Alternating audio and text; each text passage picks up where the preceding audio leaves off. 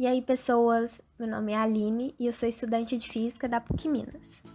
Eu vou falar um pouquinho sobre lançamento oblíquo.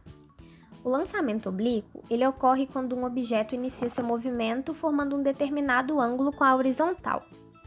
Nesse tipo de lançamento, o objeto ele executa dois movimentos simultâneos. Ao mesmo tempo em que ele se movimenta na vertical subindo e descendo, ele também vai se deslocar na horizontal. Dessa forma, a gente precisa analisar o movimento que é executado na vertical e o movimento na horizontal.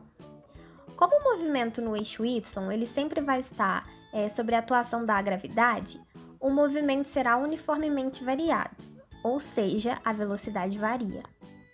O objeto ele sobe cada vez mais devagar e desce cada vez mais rápido, de forma que a componente vertical da velocidade ela diminui desde o solo até se tornar nula na altura máxima, o que classifica o movimento como retardado. Na descida, o objeto ele vai passar a descrever um movimento de queda livre. Já o movimento no eixo x, a velocidade é constante, O movimento ele é retilíneo e uniforme. Fazendo a análise desse eixo, nós conseguimos determinar o alcance horizontal do lançamento, ou seja, a distância entre os pontos de partida e chegada. A velocidade do objeto vai formar um ângulo θ com a horizontal. Então, quando nós analisarmos os movimentos horizontal e vertical, precisamos utilizar os componentes do vetor velocidade em cada eixo. A velocidade em y pode ser calculada pelo valor da velocidade no qual o objeto é lançado inicialmente vezes o seno de θ. A velocidade em x pode ser calculada pelo valor da velocidade no qual o objeto também é lançado inicialmente vezes o cosseno de θ.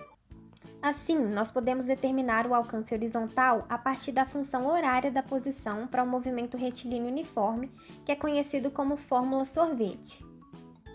Agora eu vou explicar um pouquinho sobre o tempo gasto. No lançamento vertical, o tempo gasto para que o objeto atinja a altura máxima é calculado pela velocidade em y sobre a gravidade, ou seja, o valor da velocidade no qual o objeto é lançado vezes o seno de θ sobre a gravidade. Como o tempo gasto para atingir a altura máxima é igual ao tempo para ir desse ponto até quando o alcance máximo é atingido, quando y for igual a zero, o tempo total do movimento será o dobro, ou seja, 2 vezes a velocidade com que o objeto é lançado vezes o seno de θ sobre a gravidade. Agora uma curiosidade sobre o alcance máximo. Você sabia que o alcance será máximo quando o ângulo de lançamento for igual a 45 graus? Mas atenção, isso só ocorrerá se o ponto de lançamento estiver no mesmo nível do ponto de chegada.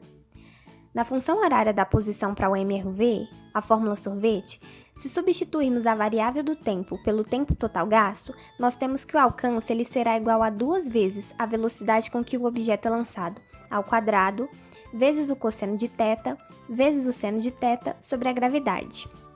Usando uma identidade trigonométrica, o termo 2 vezes cosseno de θ seno de θ pode ser substituído por seno de 2θ. Assim, a equação final para o alcance será igual à velocidade com que o objeto é lançado ao quadrado vezes o seno de 2θ sobre a gravidade.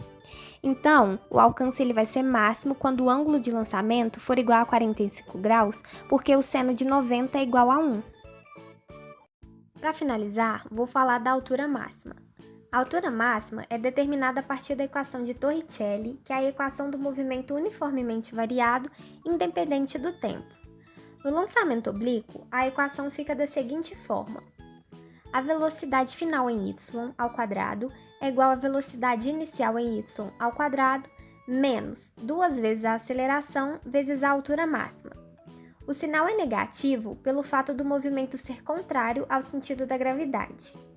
Então, para calcular a altura máxima, basta isolar a variável considerando que a velocidade nesse ponto é nula, como eu já expliquei anteriormente. Então, a altura máxima ela vai ser igual à velocidade inicial ao quadrado vezes o seno de θ ao quadrado sobre 2 vezes a gravidade.